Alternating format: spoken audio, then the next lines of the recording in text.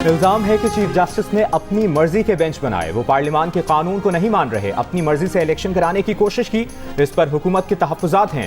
یہ چیزیں قانونی، آئینی اور منطقی اعتبار سے بھی غلط ہیں۔ وزیر اعظم کے معاون خصوصی احتساب عرفان قادر کی گفتگو، کہا کوئی مقدس گائے نہیں، نیب اعلیٰ عدلیہ کے خلاف بھی کارروائی کر سکتی ہے۔ ججز کے خلاف کرمنل عنصر ملتا ہے تو ایسے کیسز سپریم جوڈیشل کے علاوہ نیب قانون کے تحت چلائے جا سکتے ہیں۔ آڈیو لیکس میں شواہد سے کرپشن کا عنصر ملتا تھا، حکومت نے انہی کے برادر ججز کا کمیشن بنایا، کمیشن کے سامنے بے گناہی ثابت کر سکتے تھے، اپنی مرضی کا بینچ بنا کر کمیشن کی کارروائی کو روک دیا۔ عرفان قادر کا برطانیہ سے 190 ملین پاؤنڈ سکینڈل میں نئی معلومات سامنے آنے کا انکشاف، کہا ریاست کے نام پر پیسہ ایک شخص کے اکاؤنٹ میں آنے سے بڑے پیمانے پر ٹیکس بچایا گیا۔ سابق وزیر اعظم کے اہل خانہ کو ملنے والے مزید تحائف کی تفصیلات سامنے آئی۔ پارٹی کو دوبارہ سسٹم میں لانے کے لیے سخت فیصلے کرنا ہوں گے۔ شاہ محمود قریشی کا چیئرمین تحریک انصاف کو ملاقات میں مشورہ، ورکرز کو ریلیف دلوانے کے لیے پالیسی بنانے پر بھی زور، کہا ہزاروں ورکر پکڑے گئے ہیں، ان کے لیے کوشش کرنی چاہیے۔ شاہ محمود قریشی کی تجاویز پر چیئرمین پی ٹی آئی کا جواب کیا تھا، معلوم نہ ہو سکا۔ ملاقات کے بعد موبائل فون بند۔ ملاقات کے لیے فریش آنے والے شاہ محمود کا چہرہ واپسی پر اترا ہوا تھا۔ پی ٹی آئی چھوڑنے والے جہانگیر ترین کی پارٹی میں شامل عمران اسماعیل، علی زیدی، فواد چوہدری، عامر کیانی، مراد راز، فردوس عاشق آوان، فیاض چوہان، نعمان لنگڑیال اور جلیل شرکپوری سمیت متعدد سابق ایم پی ایز اور ایم این ایز جہانگیر ترین کی پارٹی کا حصہ ہوں گے۔ جہانگیر ترین گروپ آج استحکام پاکستان پارٹی کا باقاعدہ اعلان کرے گا۔ جہانگیر ترین پارٹی کے پیٹرن ان چیف ہوں گے۔ پنجاب کے کئی حلقوں میں نون لیگ ترین گروپ کے ساتھ سیٹ ایڈجسٹمنٹ کرے گی، مشترکہ امیدوار لائے جانے کا امکان۔ وزیر اعظم کے معاون خصوصی عطا تارڑ کا انکشاف، کہا ترین گروپ اور نون لیگ کے اچھے تعلقات ہیں۔ ساہیوال سے ترین گروپ کے نعمان لنگڑیال، فیصل آباد سے اجمل چیمہ اور جھنگ سے فیصل جوانہ سمیت ترین گروپ کے تمام ہی لوگ نون لیگ سے بھی رابطے میں ہیں۔ امید ہے دونوں جماعتیں ساتھ ساتھ چلیں گی۔ الیکشن الائنس کا حتمی فیصلہ پارٹی قیادت کرے گی۔ تحریک انصاف چھوڑنے والے سابق وزیر داخلہ پنجاب ہاشم ڈوگر کا ڈیموکریٹس گروپ ختم کرنے کا اعلان، کہا سب دوستوں کی مرضی ہے، اپنے مستقبل سے متعلق فیصلے کریں، آخری وقت تک پی ڈی ایم کے خلاف ہی سیاست کریں گے، کسی جماعت میں شامل نہیں ہوں گے۔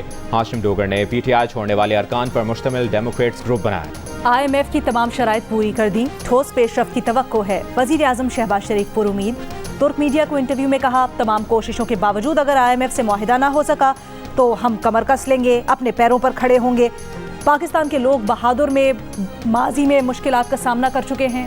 آئی ایم ایف اگلے مالی سال ٹیکس وصولیوں کا ہدف 9200 ارب روپے رکھنے پر رضامند، بجٹ میں 1600 ارب سے زائد کے ٹیکس وصول کیے جائیں گے، 510 ارب کے ٹیکس منی بجٹ میں لگائے جا چکے، 200 ارب روپے کے نئے ٹیکس فائنانس بل کے ذریعے لگیں گے۔ مجموعی طور پر ایف بی آر رواں مالی سال کی نسبت آئندہ مالی سال 1900 ارب اضافی اکٹھے کرے گا۔ ریٹیل سیکٹر اور ہول سیل پر آئی ٹیکس بڑھانے کا فیصلہ، درآمدی لگژری اشیاء پر ود ہولڈنگ ٹیکس بڑھایا جائے گا، غیر استعمال شدہ رہائشی کمرشل انڈسٹری پلاٹ اور فارم ہاؤس پر ٹیکس لگے گا، پراپرٹی سیکٹر میں پلاٹ کی خرید و فروخت پر withholding tax non filers کے لیے دگنا ہوگا۔ 2022-23 کی خراب معاشی صورتحال، برآمدات، پیداوار، زراعت اور صنعت سمیت بیشتر شعبوں میں ترقی کے اہداف میں ناکامی، اقتصادی سروے آج شام پیش کیا جائے گا۔ رواں مالی سال معاشی شرح نمو 0.29% رہی۔ ورلڈ بینک کی آئندہ مالی سال معاشی شرح نمو 2% رہنے کی پیش گوئی، کہا اگست 2022 کے سیلاب کے اثرات اور پالیسی کی بے یقینی نے پاکستان میں پیداوار متاثر کی، درآمدی، خوراک، توانائی اور خام مال کی ادائیگی کے لیے زر مبادلہ کی قلت رہی۔ نئے مالی سال کے بجٹ کا حجم 14,500 ارب روپے ہونے کا امکان، ٹیکس وصولیوں کا ہدف 9,200 ارب، قرض اور سود کی ادائیگیوں کے لیے 7300 ارب روپے مختص کیے جائیں گے، دفاع کے لیے 1800 ارب، 1300 ارب روپے سبسڈی تجویز، سب سے زیادہ سبسڈی پاور کے شعبے کے لیے 976 ارب روپے رکھی جائے گی۔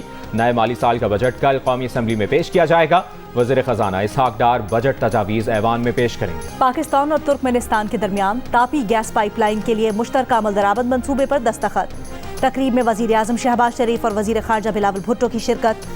شہباز شریف نے کہا کہ دنیا بھر میں توانائی بحران ایک بڑا چیلنج ہے، پاکستان توانائی بحران ختم کرنے کے لیے پالیسیز پر کام کر رہا ہے۔ شہداء کی یادگاروں کی بے حرمتی، جناح ہاؤس اور فوجی تنصیبات پر حملہ کرنے والوں کو آرمی ایکٹ اور آفیشل سیکرٹ ایکٹ کے تحت جلد انصاف کے کٹہرے میں لایا جائے گا۔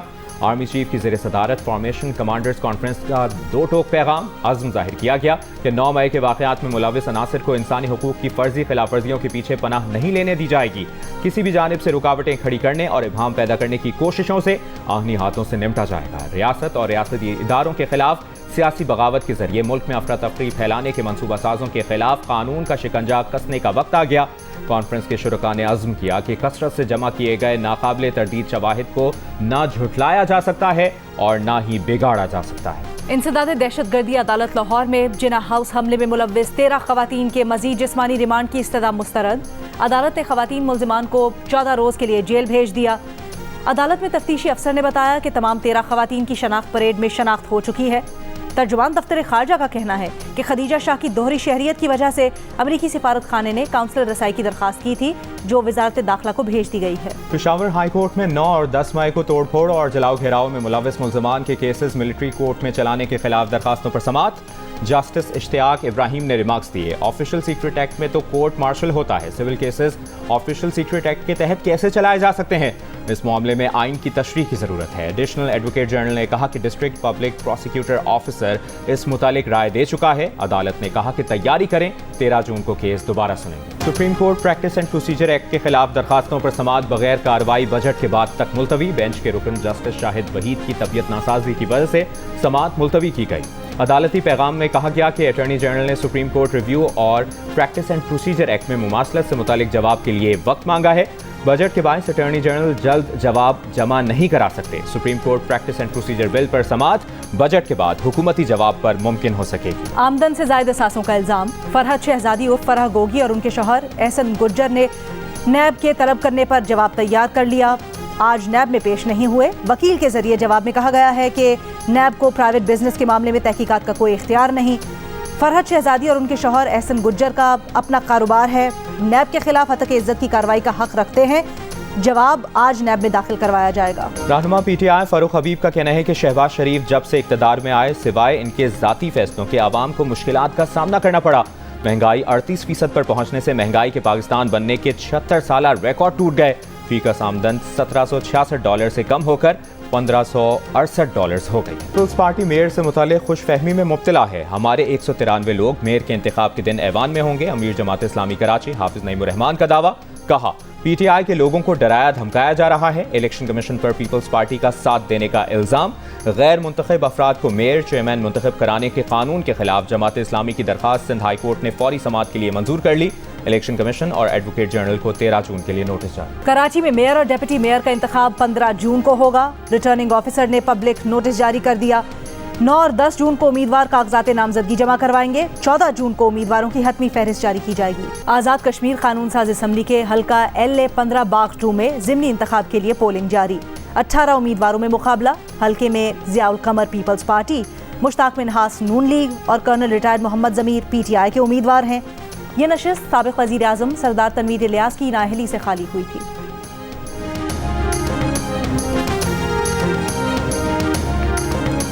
پشاور انسٹیٹیوٹ آف کارڈیالوجی میں لڑکے کا سینہ چاک کیے بغیر دل کا کامیاب آپریشن، دل کا والو کٹ لگائے بغیر تبدیل کر دیا گیا۔